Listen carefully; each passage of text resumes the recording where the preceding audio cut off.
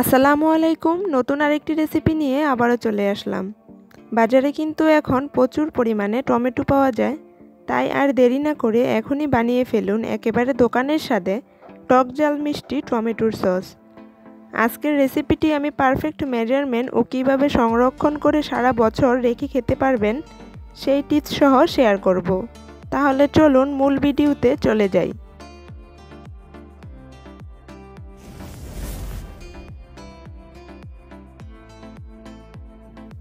এখানে আমি 2 কেজির মতো টমেটো ধুয়ে পরিষ্কার করে কেটে নিয়েছি। এখন এগুলোকে সেদ্ধ করার জন্য একটি প্যানে নিয়ে নিলাম। টমেটোর সাথে আরও দিয়ে দিলাম 5 থেকে 6টি শুকনো মরিচ ও পরিমাণ মতো লবণ। এখন টমেটোগুলোকে একটি ঢাকনা দিয়ে ঢেকে প্রায় 5 থেকে 6 মিনিটের মতো সেদ্ধ করে নিব। তবে সময়টা কারো ক্ষেত্রে কম বা বেশিও লাগতে পারে। চুলার হিটটাকে মিডিয়ামে রেখে আমি টমেটোগুলো ভালো করে সিদ্ধ করে নিব। আর অবশ্যই মাঝে মাঝে ঢাকনা উঠিয়ে টমেটোগুলো নেড়ে দিতে হবে যেন প্যানের গায়ে না লাগে।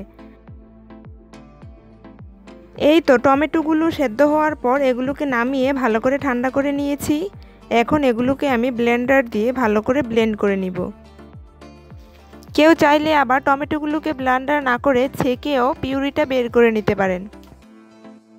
দেখুন ব্লেন্ডার করে নেওয়ার পর ঠিক এরকম হয়েছে। এ পর্যায়ে এগুলোকে একটি ছাঁকনি দিয়ে ছেঁকে টমেটোর শাক থেকে টমেটোর পিউরিটা আমি আলাদা করে নিব। কিছুটা সময় নিয়ে সবগুলো টমেটো আমি এভাবে ছেঁকে নিব। এই তো ছেঁকে নেওয়ার পর পারফেক্ট একটি টমেটোর পিউরি বের করে নিলাম। এখন সস তৈরির জন্য পিউরিটাকে আমি জাল করে নিব। আবারও সেই একই প্যানে টমেটোর পিউরিগুলো ঢেলে দিলাম। এখানে আমি 2 কেজি টমেটোর সসের জন্য 1/4 কাপ পরিমাণ চিনি দিয়ে দিলাম। আর টমেটোর কালারটা যেন সুন্দর আসে তার জন্য এখানে আমি 1/2 চামচ পরিমাণ লাল মরিচের গুঁড়া দিয়ে দিলাম। এখন নেড়েচেড়ে এগুলোকে মিশিয়ে জাল করে নিব। কিছুক্ষণ জাল করে নেওয়ার পর একটি বাটিতে আমি কিছুটা উঠিয়ে চেক করে নিলাম। দেখুন এখন কিন্তু সসের মধ্যে পানি রয়ে গেছে। তার মানে আরও কিছুক্ষণ টমেটোর সসটাকে জাল করে নিতে হবে।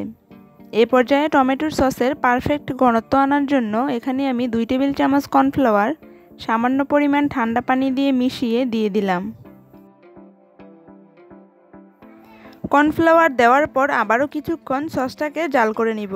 আর অবশ্যই এ পর্যায়ে সসটাকে অনবরত নেড়েচেড়ে জাল করে নিতে হবে।